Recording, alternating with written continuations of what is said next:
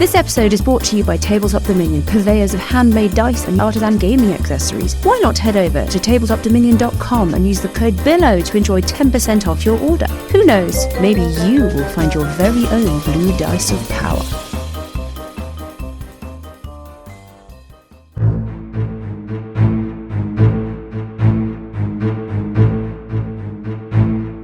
Hello and welcome to the Billowing Hilltop podcast. We've done it. We've made it, I promise. Unless something goes horribly wrong, this will finally be the end of Book 8, and I think we'll all be grateful for that.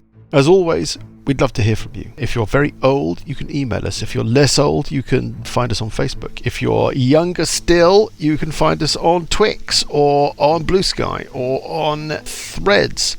At Billowing Hilltop or at Billowing Hilltop, depending upon, anyway, I'm just going on about stuff that you know about already. Ratings and reviews are always welcome, of course. Otherwise, I have no news or information. That's it. Let's push on and finish Book 8 at last in episode 162 of the Billowing Hilltop podcast, When the Party's Over. Good evening, everybody. Good evening. If I can distract you from your prophecies of doom. I'm here with Master Arachnologist, Lucas, terrifying intergalactic projection, Graham, my favourite player, live from Longleat, the wonderful Dan, easing himself into his specially adapted high chair. We have the corpulent form, Johnny. Good evening. And on his shelf, merrily chirping away his little diodes, flashing back and forth, like Aurak on Christmas morning, we have the wonderful Paul with his giant, swollen sack. If somebody would take the tongs, we've had an email, a nice email. Somebody could get the tongs and retrieve it from the sack, pass it towards me, please. Schlurp. No funny questions, no whatever. This is just a nice email. I thought that there's a chap called Shannon who, I think he sent us an email that just said beaver. Yes, when we asked for single word expletives. He engages with us, I think is the term they use nowadays, on social media. And he mentioned that he was going to Tabletop Scotland. And I said, well, that sounds like fun. Hey there, toppers. Tabletop Scotland was excellent. Perth is a lovely place, and the Dewars Centre was a great place to hold the event. Next year the event is moving, but I would heartily recommend it. Lots of D&D, but there were many other games. I played Mork Borg, which I think looks quite interesting. Blade Runner, which we definitely think is interesting. The One Ring, also interesting. These are all basically free league games, aren't they? Yeah. Graham would know this. Monster of the Week, which I've not played, but I've heard a lot about. And Coriolis the Third Horizon, which of course is my current obsession. I had a great time. That's good news. Hope all is well with you, gentlemen. The podcast is a weekly treat. God, the rest of his life must be absolutely miserable. For me, Shannon. I hope... this is the segue you want. I hope Mike can keep spinning those plates. Well, talking of plates, we are at Zeech's Grand Banquet. We have just finished the second course, which was 4 and 20 blackbirds baked in a pie. And at the end of the course, Telebure has sung a very, very underwhelming song. Zeech has invited his guests, specifically singled out, what did he call him? Burple Purple or whatever, because Burple announced himself as a bard early on during the gift giving. Singled out Burple to compete with Telebure and sing a song as well. What about that? I've got a bugbear in me underpants. It's quite a good one. Yeah. Yes. Or I could do the tail of the hurty eyebrow. Are we actually going to have to sit through the song, or are you just going to tell us? No, I'm just I think you should sing the... I think you should. Yeah. There was a person that had a hurty eyebrow, but it's fine now. Yes.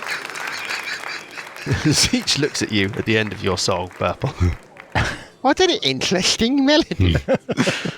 What fascinating lyrics. Thank you, my lord. You get a ripple of applause from the assembled company, but let us find out whether or not you have outperformed Telebure with a performance check. Now, I think you've probably got ranks to perform, haven't you? I do, yeah. And Telebure has ranks to perform too. So here we go. Telebure gets a 13. He gets 17. Oh, fuck. Do I get any points for having a magic loot? Or dice. I don't know, do you? Dice, I mean, does your loot say that you get advantage Do you get advantage Let me have a on look. perform checks when doing something? Yeah, look at it. Yeah, magic lute. The Kenneth mandolin is not even a lute. Can I cast lots of spells with it? Does it give you advantage on performance checks made when using it as a thingy, or is there a bardy rule that allows you to do that? It just seems to... That's lodged with me, though. It rings a bell. Doesn't seem to give you a Well, then, off you stride out into the, wilderness, as it were. Oh, God. Naked. Right. Yes, this is Here we going to go. be Well, you might roll really high. It might be fine. Of course I will. Yeah, I'm going I think to it's roll going to be. really It's high. going to be fine. Yeah, It's a formality. yeah. It's a formality. Here we go. What are you adding to the number? What are you adding to the dice? 6. 6 is a very high number. So all you need basically It's an is 11 a or a 7, 12. You're needing a 12 to beat Talabir. Here we go. It's a 3. Bollocks. I will use my Ort dice. Oh, you will. Yeah. Okay. 21. 15. It's a 21. You Plus win. a D8. Hold on. Not done Well, yet. I mean, don't rub its face in it. Oh, why not? Floating doesn't. It's 24. Okay, well, I mean, it's a stormer. You're losing them at the end. Right. You could just tell the fixed smiles as they watch you sing this song that they thought Talabir's song was bad. And it's like, but this is really not happening. And then you feel the benevolence of wood settle upon you, and inspiration inhabits you, and you suddenly come up with a storming kind of finale. And The chorus. they are standing and applauding at the end. Whooping. And you win for yourself 1 authority point. I thought we were going to go up a level for a moment. I know, that's why I said it. I thought, Yeah, benevolence of Ort. dangle it. I thought, Benevolence of Ort, that's normally code, isn't it? I got a warm feeling in my mail sack. This is a very odd book, isn't it? This adventure. Yeah, I mean, genuinely, Yeah. I'm going to actually start agreeing with Johnny. We need a fight at some point. Yeah, let's fight Well, you're not going something. to get one. You're not going to get one. Coming There bash. we go. But we are Bash the guy next to me. What's his name? tantalisingly close to finishing this book. Turn round to the person sitting next to us and just clock them. Just stab him with... Yeah. Hit them. Really sorry about this. Pick up one of the 10 spoons and shove it in his ear. Just really sorry about this, but we need to roll some dice. Is this a bohemian ear spoon? Readers, I know you've been suffering along with us. We are close. I think we might get there this evening. I've just got a feeling. But let's see how we go. Third course. We're never going to get through it if we don't keep eating. Talabir stands and says, "Ladies and gentlemen," he's looking a little bit cross about the song thing. As he stands, Been of course, shown up. as he stands, the table goes quiet as he starts to make his announcement about the third course. Dance on Talabir. Can you do it stealthily? No, it's fine. Okay. I won't really. As he pipes up, of course, everybody quietens down, and Bacrus is caught with one of those awful moments where he is talking very loudly, and then all of the conversation disappears around him, and he's just left speaking by himself, saying, "It's not the antlers that bother me, it's the fact that she's a raging alcoholic." And there's just this mortified moment. Zeech just freezes in place. Talabir just looks like, what on earth do I do? And he's just kind of looking around, trying to get, a cue. All of the other guests just find a reason to refold their napkins or whatever. The girl with the antlers goes, "Oh, cringe," and flounces away. Zeech sort of semi-rises from his seat and then realizes that he's not going to go after her. He beckons Talabir to him and mutters something confidentially to him. Talabir goes through one of those, how do I describe it, like a George W. Bush at the elementary school moment with his facial expression. Initially sort of solicitous and positive, and then just like, oh. And he signals a skeleton, and he says something to the skeleton, who then scuttles off. Talabir composes himself. "It is our third course this evening." Oh, God. "This course is of the prince's own design. It is called Taj Bassarin. No, Taj Bassarurge. Sorry? An entire Trojanid." This is all Greyhawk creatures and stuff, references that it's just, I don't know, what are we going to do? "A Trojanida," which I've looked up, there's some kind of enormous not space turtle, magic turtle, yes? "Stuffed with numerous basilisk steaks, which are in turn stuffed with tangy arrowhawk breasts, which are finally in turn stuffed with an entire boned sturge, with 3 olives impaled on its proboscis. So it's like a sort of turducken. That's basically, I think, is the joke. I was fine up until the olives. the torch You think he's joking? is brought out on it. They made me eat one last weekend. An olive. When you say last They were weekend, you mean like, like 2 days ago? I hate them. Well, yes, but it was the weekend. It was the last weekend. What's wrong with an olive? They are revolting, right? They're revolting. They're just like horrible capers that have been injected with poison. And Lovely. it was like, you haven't tried the right ones. It's all said, try one of these. It's completely different. These lovely green ones. No, it's a much milder thing. You really like it. It's like, I really don't want to. And it's like, no, okay, look, I've got to, haven't I? Because I've just, So they cut a little bit off the end. They stuck out the end of their finger, and I ate it, and it was fucking horrible. It was absolutely. I was right about the churros, though, wasn't I? You were right about the churros. You were absolutely 100% right. What about churros? After last night was a little bit of a late one, Dan. Oh, was it? Yes. And I got up in the dark very early in order to travel somewhere for work. Got to the office, walked in wearing the jeans that I hadn't had on since churros night, and realised as I stepped into the office that the front of my jeans were completely saturated in churros chocolate sauce. Like I'd had some awful gastric event. So did you think you wouldn't like churros? Yes. No, I've had churros. After much vauntedness of the wonder of churros, Joe and I, when we were in Seville, went to this You went to place. the wrong place. Well, maybe, but it's the famous churros place at the Seville Bull Ring, right? Yeah, it's the wrong place. Well, who knows? I don't know. I know. Okay, What so we is went churros to this. before you carry on? It's It's Well, like it's a a- donut thing. Yeah, It's so a there's string chocolate at the end. It's a Yeah. donutty Yeah. string thing. Anyway, so we Chocolate went to this or place in cinnamon Seville. It was like, sugar? this is the famed churros. This is the best you can get in Spain. There was a big queue, and we got them, and they were really horrible. I was like, oh. Yeah. And then we had some churros at a place at the festival, and they were delicious. Yeah, so there you go. it's a fucking just donut. turned out to be. Yeah, it doesn't apply to olives in the sense that I've just eaten the wrong olive. Right. Anyway, on we go. Look, Totally let's with you get on on. olives. We're mate. never going to fucking finish this. We're trying to finish This is this. interesting. I'm not for our eating anything, I by the way. love not olive, in- olive oil. It's fantastic. Great to cook with. Fantastic. On all Oh no, I sorts like of olive foods. oil. Yeah. But Yeah, olives themselves. crush the olives under your boot yeah, heel, that's and right. suddenly they become worthwhile. Yeah. Right, Should we here talk we about go. anchovies now?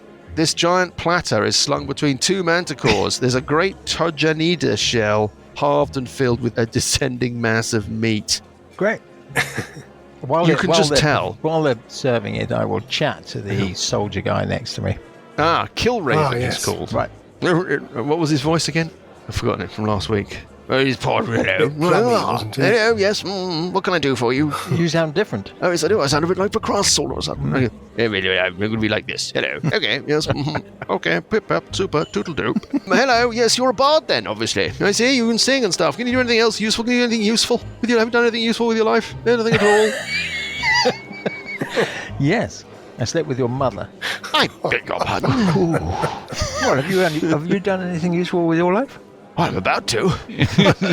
We're about to roll dice. We're about to be one bard down, aren't we? What do you think? Let's not get into this, Bonds, because I can see his stats. Yeah. But yeah, I do think. Okay. Let's put that behind us before I kill you and really disturb Mike's plans and we have to do all sorts of other things. I'm Killraven, captain of the Border Watch. Fighter, swordsman, axeman extraordinaire. Ah. And what does that involve? Well, normally it involves fighting, some more fighting, and then a dessert of extra fighting. I have kept these territories safe from bandits for all of my life. And But now I'm sitting here like a puffed up popinjay, making small talk to absolute galoots. so how come you only made it to captain? Captain is the highest rank in the Border Watch. Is it? Yes, if you knew anything about military service, which you clearly don't, Not because my really. voice gets steadily hoarser and hoarser. You would know that Captain was the highest rank achievable. I see. I am the lord of all of Zeech's military forces. Right. Okay. And do you fight? Do you do lots of battles and that? Did I not just say that? Well, Were you listening no, at all? You said you fight bandits. Does that- That's not really a battle, is it? That's more sort of like, amateur hour. Do you not have any proper battles? Can you give me... Brilliantly, there's rules for all of this, which is extremely pleasing. Let me look him up. We need to Here find we out go. information if he's ever Appearance, protected them well, fermenting from the lands that wait. Done. Can you give me... What have we got? Charisma, diplomacy, what have we got? Is there a diplomacy check? I'm sure there is. I've got intimidation. We are so down with these rules. It's Are persuasion. you trying to impress him? Are you trying to annoy him? Or are you trying to get him on your side? I'm trying to get him on my side, but I'm sort of playing in character because Burple is prickly. Yeah, spiky. Yeah, Yeah. so it's not you. So would Burple be trying to get him on his side? Or would Burple be I trying think to Burple will wind be him up quite and be abrasive? annoyed, but also Burple wants to get rumours and wants to find out what's going on. So his kind of tongue would get away from him, I think. And Okay, so why don't we see... intentionally. You're trying to point score, aren't you? yeah, You're trying to point score. I'm trying to Why basically don't you make it a belittle performance? him. Why don't you make it a performance check then? I would say it's a performance Okay. check. It's like you're trying to roast him, right? Right. Not in that sense, Buggy. Make a roll But and see hopefully how try and you do. make him feel like it's a sort of joke that he should be Yeah. in on. 17. Yeah. Okay. Well, he may be the greatest swordsman and warrior in the Northern Territories, and he may be the highest ranked military officer in Zeech's forces. But when it comes to battles of wits, he's not on it. With a 1, I would say that... I don't know that you actually win him round, but he sort of stops trying to be clever, stops trying to bluster you, and rather retreats into himself. You can tell that when you've landed a blow, you've point scored, and he's conscious that the longer it's talking to you with other people around, the longer this goes on, the more stupid he's going to look. So he just sort of clams up. Right. I'll say, have you got any rumours? You could always ask him about the lands that wait. Yeah, tell me, have you any experience with the lands that wait? No, that's it. Wait. Well, I've forgotten the voice again. Direct experience? No, don't tell me. You've travelled there. You've conquered them, have you? I've no doubt with your guitar, whatever that is. I have travelled there, but it's a genuine you have? question. He It's a looks genuine he looks question. genuinely interested. No, I'm not more than... It's really not within my, as they say, a wheelhouse. Right. More of a sort of northern wilderness type of chap. Right. Do you have many troops? Yes, we have. Yes, I mean, well, at Zeech's disposal, under my command. Yes. We have so many companies of warriors that patrol the borderlands and defend the city. Yes. I imagine. Also, in theory, you I have have- fairly solid control of the area around the city. Well, now that's a very interesting point because, of course, the Red Hand are becoming increasingly difficult to manage. Oh, I've heard of them. Well, historically, they've always been an ally. They've always been part of this general territory, as you know. Frostanger was yes. but increasingly they're becoming difficult to manage. They are not cooperating with us in terms of keeping the other borderland barbarians at bay. My view is that they are riven with almost a fanatical devotion to Ban Shivu, religion that is taking hold through the ranks and fire like wildfire. And it's difficult. Also, of course, they're now campaigning across into the unknown lands, past the rift, into strange kingdom. I can't remember its name, but it'll come to me anyway. They're expansionist. This is the problem. Hopefully, they'll decide to expand in that direction, and we'll be able to patrol and manage our own area. There we are. That's enough of a military lecture for you, Thank you. Mr. Guitar Boy. Okay. Let's get on with the banquet, otherwise we're never going to finish the book this I evening. think we should. Yes. Bons was that the name you were looking for? Albion was the name of the land. No, they're not trying Bons. to conquer. Okay. Oh, God, no. Although, I think she's... with a significant glance at Scaly's neighbour, he says, if you want to know anything about Bons, talk to her. Oh, really? Good tip. Thank you. You're talking, of course, as this extraordinary dish is being served up. It smells utterly revolting. It's not worked as an experiment in cuisine. Anybody eating any? You feel like you could probably get some down you, but you feel like you'd have to make an effort to make it look like you're enjoying it. I'm going to light up a cigar. Okay, that doesn't look like it's particularly popular, but nobody actually says anything. Might mask the I'll give smell it a of... go. I'm a half orc. I'll probably eat anything, don't I? Give me a bluff check. A bluff? Is it bluff or It's deception? What's it called? deception. Charisma deception. Oh, God. Deception check, -1. please. As you eat it, It is everything you can do to hold it in. 7. Not very good. And it shows. Okay. There's a sharp glance at you that you pick up from Zeech, who looks displeased that you cannot mask your disgust at the food. But just as it looks like that's going to be a problem, he puts a forkful of the stuff into his own mouth, and you can see his face transform. You see him sort of, game face, get it down him. And then he looks around and he says, Of course, the concept of this dish was that only a few spoonfuls would suffice for any appetite. And I believe we have all had a surfeit of this delicious concoction. And he kind of clicks his fingers, kind of like, and skeletons wibble in and start freeing everybody from their meaty ordeal. Did anybody else eat any? No. I haven't been eating anything. You haven't been eating anything? No, but say I'm vegetarian or something. All right. Okay. So you hid the worm. Yeah. Yeah. You just didn't eat the pie, No. saying you were vegetarian. Yeah. Okay. And then you don't eat this. I'll pretend to eat. Zeech, so are you going to make a sleight of hand check to try? Are you trying to trying to conceal this food? Okay, brilliant. Okay, so make another sleight of hand check. +2 onto this. Yeah. 11. 11. Okay. Well, you think you're getting away with it. Nobody seems to notice. But your doublet is becoming increasingly full, and the smell of the last dish is starting to issue a little bit from underneath your cravat. Not sure we'd be able to tell the difference. Let us move on to the fourth course. Well, I'll have a chat. You have a chat? You want Chat to have a with talk to... Smebedu Hadley. Oh, hello. You're enormous, she says. You enjoying Yes. yourself? That wasn't very nice, was it? No, but the rest of the evening has been mildly amusing. So, All of it's been pretty amusing, yes. I would say so. Are you with those other chaps? Yes, we're a group. I think I think Burple had a chat with you earlier this evening, didn't he? He did. I said that we should talk over dinner, but we weren't put next to each other. Yes. So, we can talk. I assume he told you we had a chat with Cuthbert. Yes. What do you think of Cuthbert? Well, I don't know that I think very much of him, to be honest. I don't know what it is about him. It's almost like there's somebody else, some sort of greater being behind Cuthbert that thought of Cuthbert and controlled Cuthbert, that it's just really not very nice. Yeah. Did you know his grandmother? No, not personally, but she was, by all accounts, a rather formidable person, but was a straight dealer. We got on well with them, but Cuthbert, not so much. I don't see how we can get into a dialogue where okay, look, for what it's worth, obviously he's made overtures, Yes. and we've rebuffed them, otherwise he wouldn't be right. I really think, to be honest, that it's Zeech you should be talking to, because ultimately it'll be whether or not Zeech. Anyway, for my part, for what it's worth, why can't we just have the arrangement that we had with his grandmother? Why does he have to push it? That's the problem. Mm-hmm. We were perfectly happy. We want to deal in Calamanthus. He wants to deal in Calamanthus. He's been a reliable source. We can cooperate on other matters, stuff that we're mutually involved in. But he always wants to push it. It's always there's another percent here and another thing there and another. He's too big for his boots.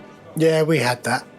Right. Well, there we are. So Okay. I don't know what you've promised him or he's promised you, but I mean, if you want to relay that back, it's not like he doesn't know this already. I mean, it's just the terms that he offers. I don't know what he's thinking. It's not like we're the centre of the universe out here, and it's not like there's an enormous amount of money to be made. I mean, don't talk to me about margins. God, they're wafer thin, especially with supply chains a nightmare at the moment. Have you seen the cost of it? Anyway, I would say, thank you for your honesty, actually. I mean, as you know, to be honest, it wasn't our intention to be... it's not something I do very often. To be middlemen here. We just had some run-ins with him, and we basically said, well, seeing as we were going to the ball, sort of a bit of an agreement that we would just basically pass on a message. So, we can send the message back in the opposite direction. I think then we've probably done our duty to that. But, thanks for your honesty. Excellent. Well, you seem to be a lot more easy to deal with than he is. Having said that, let's be honest, I've never met him. I only ever, whoever it is that he gets to... Anyway. Insight check. Yeah, make one. 23. 23. Well, she's on the level. You don't think that she is being deceptive. I don't know what else you want me to tell you.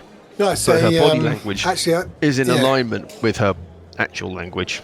Mm-hmm. With her mouth language. I don't know. Can you nonchalantly sort of say, so how is the Calamanthus trade these days? Is that what you're saying?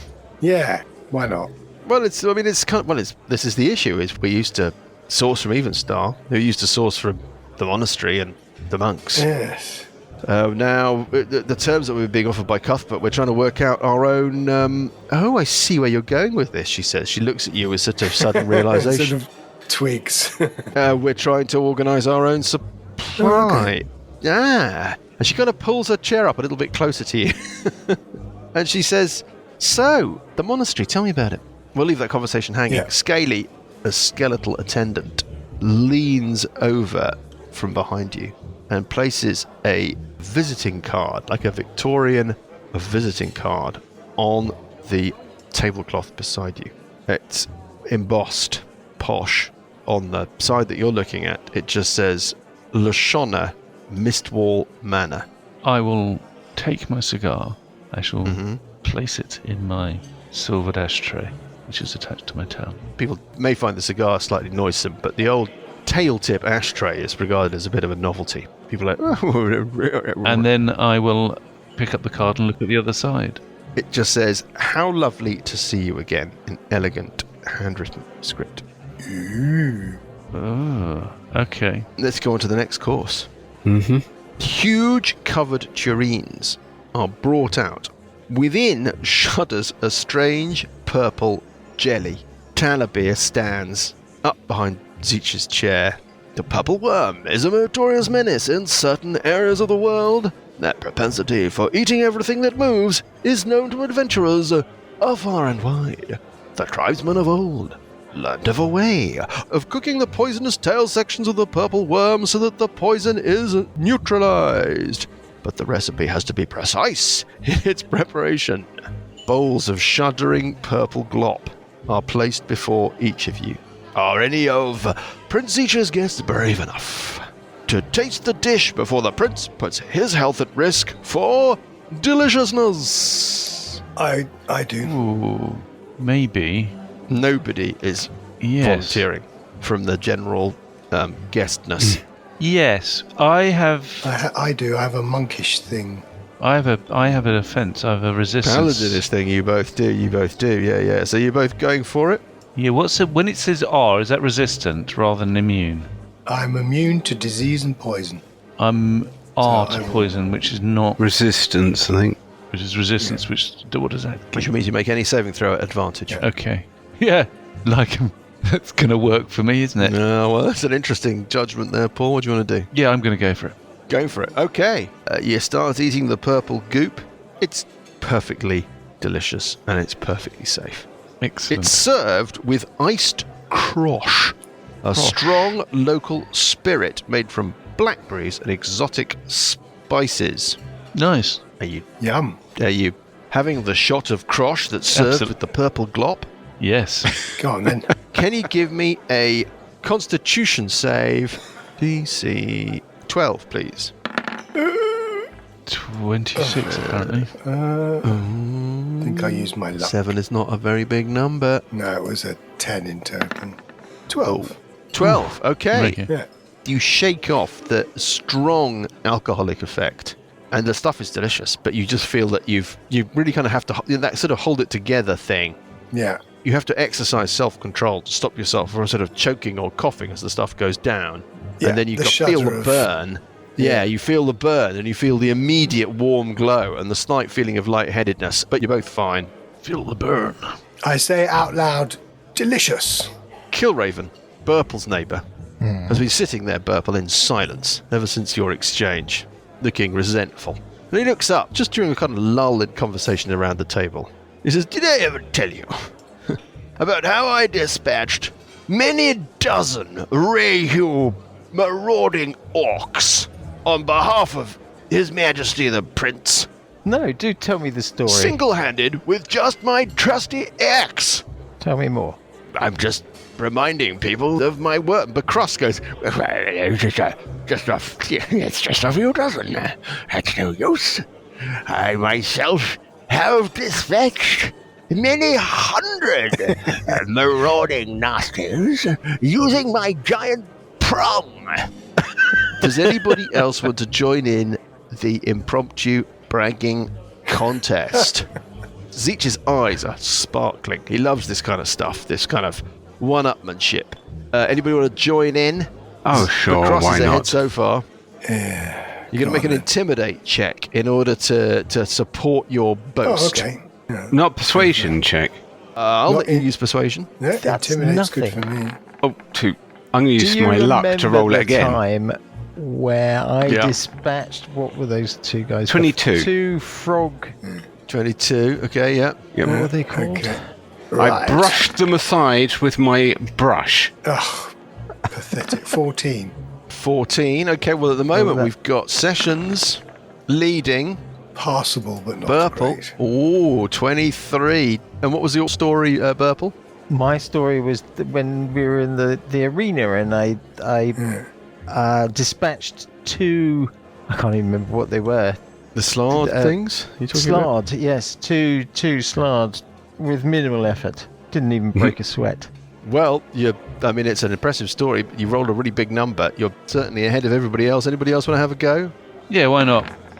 23. Oh no, rubbish. 14. I didn't. The I dice didn't. just, Yeah, I was just didn't like. even bother. You Haven't didn't even been- bother coming up with a Well, story. I've been asleep, I've been stuck in a cube for 12 years. So I mean, See, that would be a decent story, but you didn't even think to use it. Burps, do you want to roll me an insight check as you tell your story? Not great at insight, I'd say. Can I do an insight check it as is he what it tells his is. story? No, he doesn't good. need to, because 19. Burps has got a 19. Scaly's neighbour, the rather sort of distinctive, elegant lady that threw a skull earlier, she looks up sharply when you mentioned that you dispatched two Slard in the arena. Oh, She does can't stop herself. Yeah.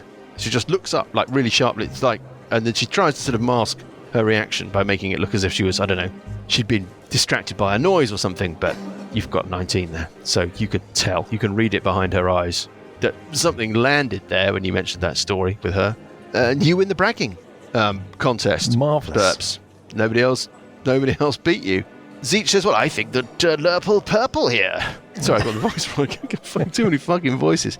Well, I think that Dapple Purple here, he has told the best story, the best example of a braggadocio. And I would say he has won this little discussion. Do you not agree, McCrush? Do you not agree, Killraven? Making a mutter into their beards. You get an authority point, Burple. Another one. Too many. As does Scaly, as does Parker for eating the purple worm stuff first before anybody else would try it. Lovely. Finally, as the last bowls of purple worm aspic are cleared, the smell of cloves, honey, and cinnamon wafts through as a single manticore enters, bearing a nearly 8-foot-tall cake. The cake itself... so, normal even voice, Mike, as you describe the cake. The cake itself is shaped like a huge ziggurat, but crowned with a marzipan figure of Zeech, surrounded by light and with angels' wings. Talabir says, "Behold the grand dessert!" Everyone applauds loudly as the cake is levered onto the table, but as they do, the cake, this is like a bake-off moment, begins to fall apart. Clearly, its internal structure is not resilient. Large rents start appearing on the side. The marzipan Zeech begins to list worryingly. The cake starts to unbalance, and then the top sort of layers start to just slough. Is it slough or slough? Anybody know? Slough. Anyway, they start to slide away down the face of the ziggurat. Zeech's effigy, as it were, rolls onto the table. The marzipan Zeech topples, sliding down the side of the cake in an avalanche of delectable frosting to strike the table hard enough that its head snaps off, rolls across the table, and lands in Uncle Buggy's lap. What does that mean?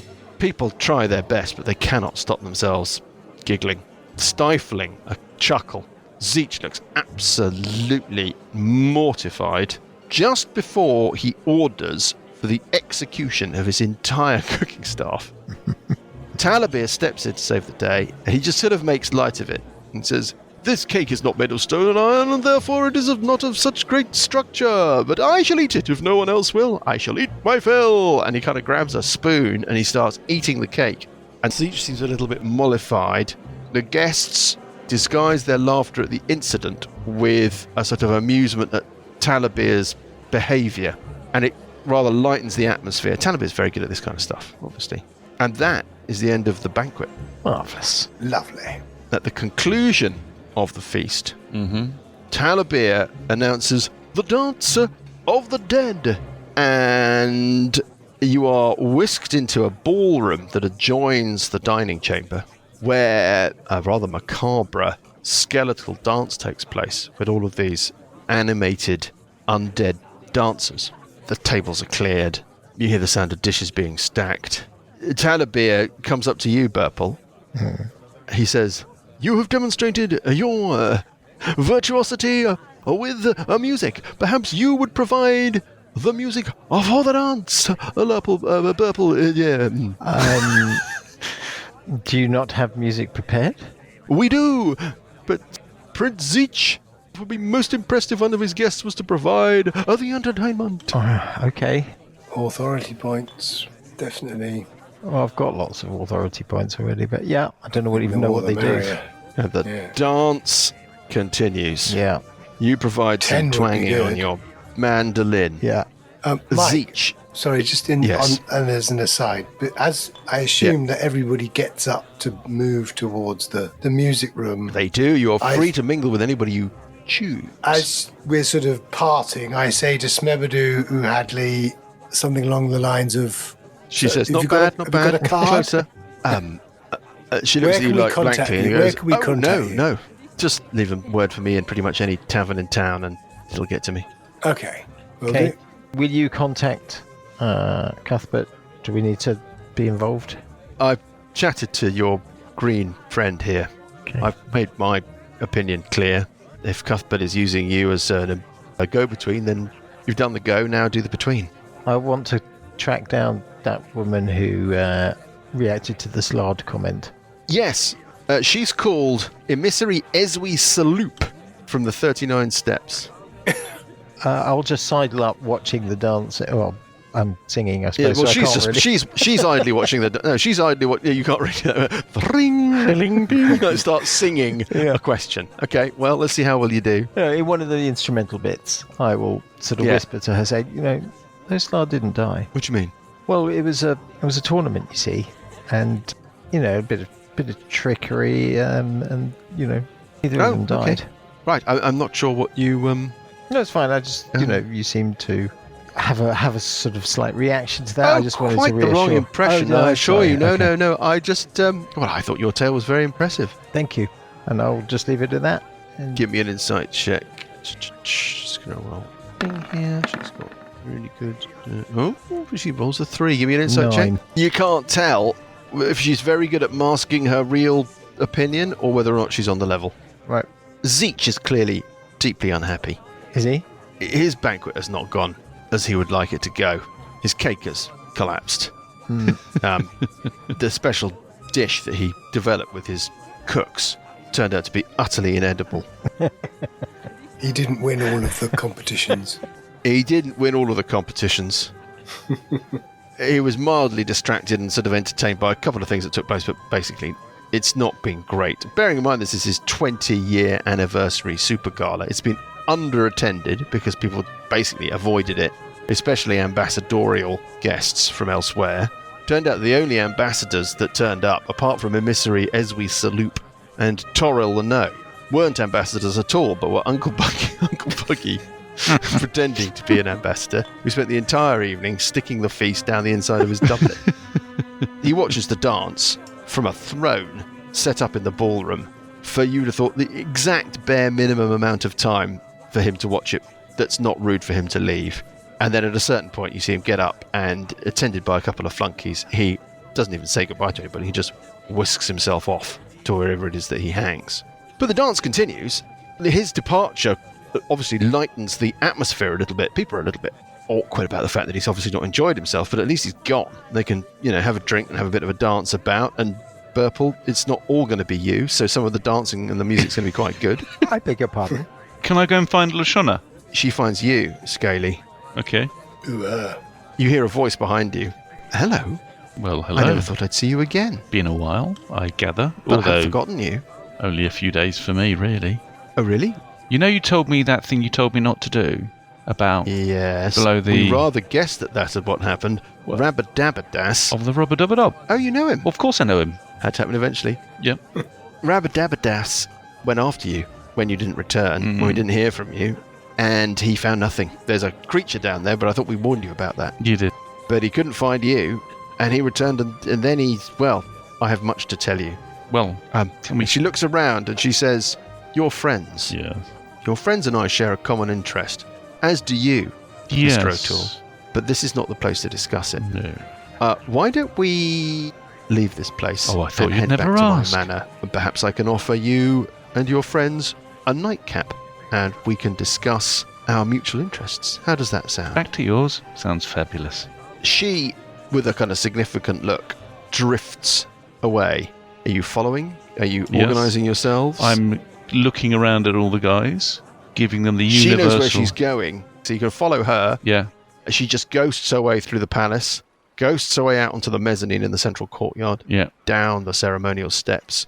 Your golden coach is waiting with its trolls. She seems to have her own coach, not drawn by trolls, not Zeech's coach. Yeah. The coachman is a half-orc, a huge half-orc, sitting up on the driver's step, wearing a wide-brimmed low hat. Mm-hmm. His breath frosting in the night air. She climbs on her coach. He goes, and the stallions that draw it clip-clop off out of the palace. You all jump into your coach. Follow that coach. And off into the night you go, following Lashana.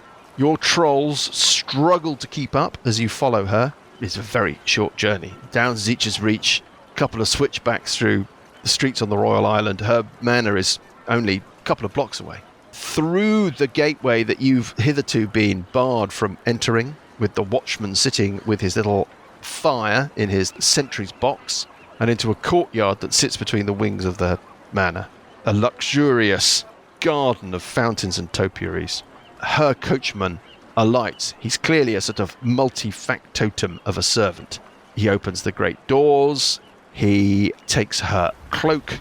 You're led up a spiralling marble staircase to Lashana's private study and reading room. It's a spacious study, tastefully decorated, filled with shelves of leather-bound tomes, seemingly on every topic. There's a large desk sitting against the far wall. Its surface is empty, save for a stack of tattered pieces of yellow paper. The carpet is a deep shade of crimson, and arrayed in a semicircle before the desk are several high-backed chairs fitted with velvet cushions that she nods you towards. She picks up the scraps of paper from the desk, and she says, "These are some remnants of the journal of Rabadabadass. Let me talk to you about the Age of Worms, and we'll find out what she has to say about the Age of Worms." When we start book 9 of the Adventure Path, the Library of Last Resort, next week. Nice. What? Don't push it. Points? Yeah, there's ought. You don't get a level for eating purple goo. Do you not get a level for completing a book? I take your point, but no, you leveled up pretty recently at the end of the whole, Actually, that's true. Yeah. Yeah, right, fair enough. Having not levelled up for ages We've still before that. got Well, that's the Try. nature of levelling up, Dan, right? It's not like it happens, if it happened every week, it would, it would be meaningless. You'd get level inflation. I don't think so.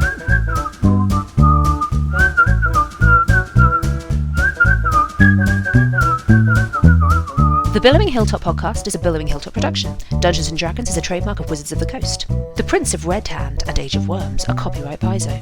The Prince of Red Hand was written by Richard Pett. Music is from Kevin MacLeod and Incompetech.com and is used with thanks under the Creative Commons license. Additional music and sound effects come from the wonderful Sirenscape. All other original material is copyright Billowing Hilltop. Role-playing games are all about getting people together, and we use Roll20 as our tabletop, the perfect place to host your game, and Discord to host our chat. Thanks for listening!